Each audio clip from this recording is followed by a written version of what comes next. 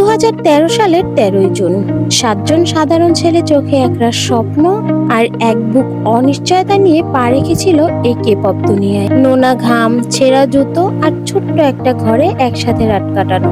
সেই ছেলেগুলোকে একদিন পুরো পৃথিবী কিং অফ কেপপ বলে ডাকবে তা হয়তো তারা নিজেরাও কখনো ভাবেনি। অবহেলা, সমালোচনা আর প্রতিনিয়ত কেপপ থেকে হারিয়ে যাওয়ার যে ভয় তারা পার করেছে তা শুধু তারাই জানে। আজ শুধু তারা যে আমাদের আইডল তা কিন্তু নয়, আজ আমাদের আর্মিদের কাছে তারাই হচ্ছে আমাদের বেঁচে থাকার সবচেয়ে বড় অনুপ্রেরণা।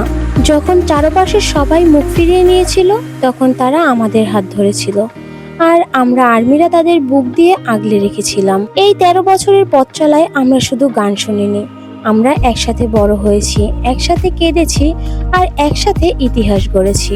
বিগত কয়েকটা বছর আমাদের জন্য বড্ড কঠিন আর একাকিত্বের ছিল।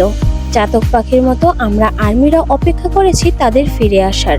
অবশেষে সব বাধা পেরিয়ে মিলিটারি ইউনিফর্ম পেছনে ফেলে তারা আবারও একসাথে মঞ্চে দাঁড়িয়েছে। রাজকীয় সেই প্রত্যাবর্তন, স্টেডিয়ামের সেই চিরচেনা পার্পল ওশেন আর হাজার হাজার আর্মির চিৎকার আমাদের মনে করিয়ে দেয় সেই পুরনো দিনগুলো। আর আজ এই 13 জন সুন্দর দিনটাতে পৃথিবীর প্রতিটা প্রান্তে থাকা আর্মি আর আমাদের 7জন রাজাকে জানাই একরাশ ভালোবাসা আর অভিনন্দন। আমাদের জীবনের সবচেয়ে অন্ধকার মুহূর্তগুলো আলো হয়ে আসার জন্য, আমাদের নিজেকে ভালোবাসতে শেখানোর জন্য।